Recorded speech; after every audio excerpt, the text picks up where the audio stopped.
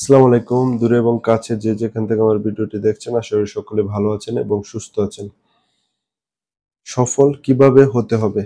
সফল কিভাবে হতে পারি? সফল কিভাবে হয়? সফলতা মানুষের জীবনী। সফল হলে কি করতে হবে? etcetera, etcetera এরকম অনেক প্রশ্ন আমাদের মাথায় চলে আসে। যখন আমরা অন্য আরেকজনকে জাস্টিফাই করার চেষ্টা করি যে, "দেখো সে আজকে কত টাকার মালিক। সে আজকে কত ভালো লাইফ আ লাইফে চলাচল করছে etcetera, etcetera" এগুলো নিয়ে আমরা চিন্তাভাবনা করে থাকি। কিন্তু আমরা কখনোই এটা ভাবি না আমরা কিভাবে সফল হব। তার জন্য আমার চিন্তাধারায় আমি যেটা মনে করি সেটা হচ্ছে এই যে, সফলতার একমাত্র পন্থা হচ্ছে এই যে আপনাকে পরিশ্রম করতে হবে। সেটা কি? আপনাকে পরিশ্রম করতে হবে। আর পরিশ্রমটা কোথায় করতে হবে? ভালো কাজে পরিশ্রম করতে হবে। আর যখনই আপনি, আমি সবাই ভালো কাজে পরিশ্রম করা শুরু করে দিব, যখন সফলতার দিকে আমি দিনের পর দিন ডে বাই ডে এগোতে থাকবো, তখন পিছন থেকে কিছু লোক নিন্দা করা শুরু করবে এবং হিংসা করা শুরু করবে।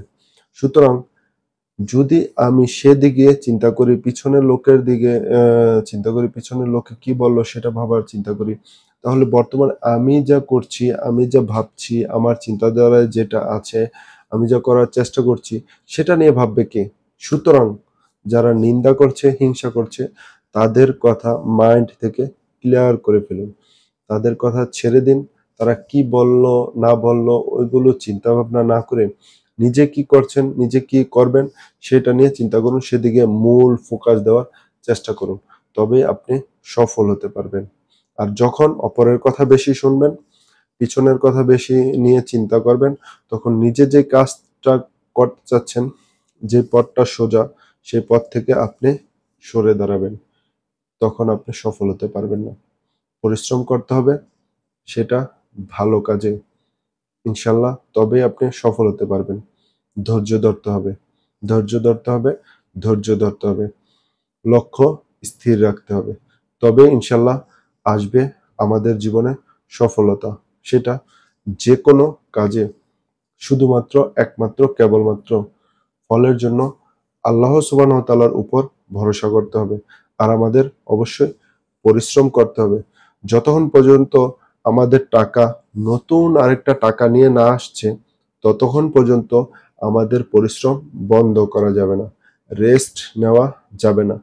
বিশেষ করে যারা প্রবাসী আছেন, প্রবাসী ভাইদের উদ্দেশ্যে আমার এটাই বলার উদ্দেশ্য, আপনি শুক্রবারে বিশ্রাম নেন। অবশ্যই বিশ্রাম নেওয়ার দরকার আছে। আপনি ৮ ঘন্টা ডিউটি করেন, তারপরেও আপনার বিশ্রাম নেওয়ার দরকার আছে। কিন্তু আমার কথাটা হচ্ছে এই, নিজের শরীরের যত্ন নিন, নিজেকে ভালোবাসুন। তবেই আপনার পরিবার ভালো থাকবে, আপনার সন্তানাদি ভালো থাকবে, আপনার ফ্যামিলি ভালো থাকবে, সবাই ভালো থাকবে, সমাজ ভালো থাকবে, দেশ ভালো থাকবে, সবই ভালো থাকবে। যদি আপনি সুস্থ থাকেন, আর যদি আপনি অসুস্থ হয়ে যান, তাহলে দেখবেন দুনিয়াটাই আপনার কাছে মনে হচ্ছে অসুস্থ। কারণ আপনি নিজে অসুস্থ। সুতরাং যারা প্রবাসে আছেন, যারা সফল হতে চান, যারা বাংলাদেশে আছেন বা অন্য কোনো দেশে আছেন, যে দেশে আছেন etcetera, যদি সফল হতে চান তাহলে পরিশ্রম করতে হবে, সেটা ভালো কাজে, এবং পিছনের মানুষ কি বলল সেটা থেকে আমাদেরকে বেরিয়ে আসতে হবে। ধৈর্য ধরতে হবে এবং নিজেকে সুস্থ রাখতে হবে। আর সুস্থ রাখার একটা সবচেয়ে বড় উপায়, সবচেয়ে বড় পন্থা হচ্ছে এই যে, আমাদেরকে নামাজ পড়তে হবে। যখন আমরা নামাজে মনোযোগ হব, তখনই আমরা বুঝতে পারবো আসলে সমাজে আমাদের চলা ফেরা, আচার আচরণ ঠিক আছে কিনা। যখন আমরা কোনো কাজে একনিষ্ঠভাবে মনোযোগ হয়ে থাকবো, তখন যখন আমাদের নামাজের খেয়াল থাকবে না etcetera, etcetera, তখন আমরা কনফিউশনের মধ্যে পড়ে যাব। কেমন কনফিউশনে পড়ে যাব? এরকম একটা এক্সাম্পল দিতে গেলে, এই যে আমি একটা উদাহরণ দিয়ে আমাদের বলতে চাই। আপনি যখন ১ ঘন্টা, ২ ঘন্টা, ৩ ঘন্টা, ৪ ঘন্টা পড়ার টেবিলে পড়াশোনা করে ফেলবেন, তখন আপনার কিন্তু একটা টার্গেট আছে, পড়াশোনা করে আপনার ভালো একটা জব পেতে হবে, এই করতে হবে, সেই করতে হবে। শুধু আপনার পড়ার দিকে ফোকাস দিয়ে আছেন। যখন আপনি অন্যদিকে ফোকাস দিবেন, সেই ফোকাসটা হতে পারে কি? শুধু নামাজ। যখন আপনি নামাজ পড়তে যাবেন 5-10 মিনিট আপনার মনটা একটা ফ্রেশ হবে, মাইন্ড সেটআপটা একটা ফ্রেশ হবে, অন্যরকম একটা মুডে থাকবেন।